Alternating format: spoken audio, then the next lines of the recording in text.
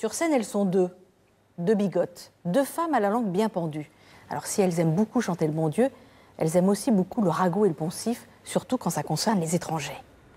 Mais si le Turc n'était pas passé par là, s'il n'était pas passé par là... C'est une pièce coup de poing, pleine d'actualité. Ils conduisent tous ces Turcs, il y a de quoi avoir peur, il y a de quoi avoir peur. Deux femmes, deux vieilles filles, qui commentent la mort d'un des leurs, M. Geisratner, récemment renversé par un cycliste turc. Il y a un Turc qui est passé, juste là, beaucoup trop vite. Ils conduisent comme des fous. Ils vous fichent la trouille en conduisant comme ça, cette racaille. En conduisant comme ça. Quel pauvre monsieur, ce monsieur Geisratner.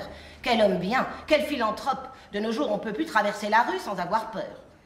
Je pense que ce qui est fort dans la mise en scène de Thomas Gobiac, c'est qu'on s'attache à elle et que tout d'un coup, on s'aperçoit, quand on est spectateur, qu'on est pris en otage parce qu'on s'aperçoit que ces gens-là tiennent des discours qui ne sont pas possibles, que c'est des monstres naissants. Et donc, on s'aperçoit qu'en fin de compte, on est tous peut-être un monstre demain, pour une raison ou pour une autre, on est peut-être le monstre de demain.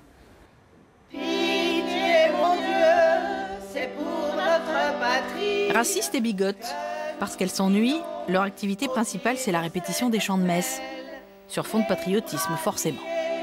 Et la face meurtrie, elle a porté ses regards vers le ciel.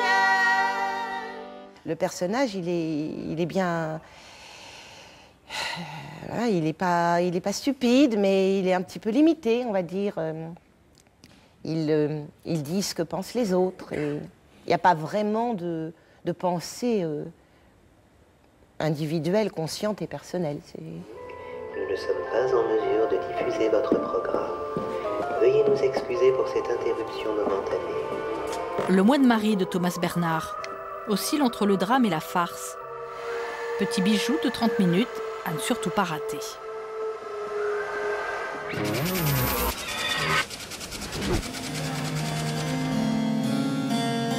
C'est un duo inédit et audacieux. L'un danse tout en improvisation, l'autre joue du clavecin, répertoire issu du XVIIe et XVIIIe siècle. Chaque concert est donc unique.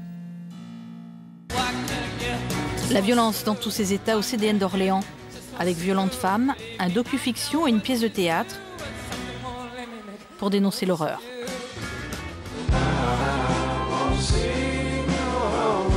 Il est auteur, compositeur, interprète, il est aussi peintre et photographe.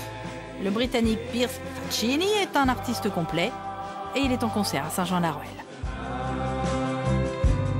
Souvent, j'aime le piquant, pas trop de douceur. Un univers personnel coloré, une intimité revendiquée et un premier CD dans les bacs.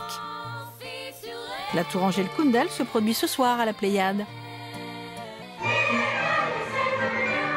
Carmen au Zénith pendant 3 jours, un projet coopératif signé la Fabrique Opéra, pour que l'art lyrique ne soit pas réservé à une élite. Et on termine avec cette expo qui va vous étonner, à commencer par son titre, Le singe qui lèche. Une déambulation artistique autour de l'espace.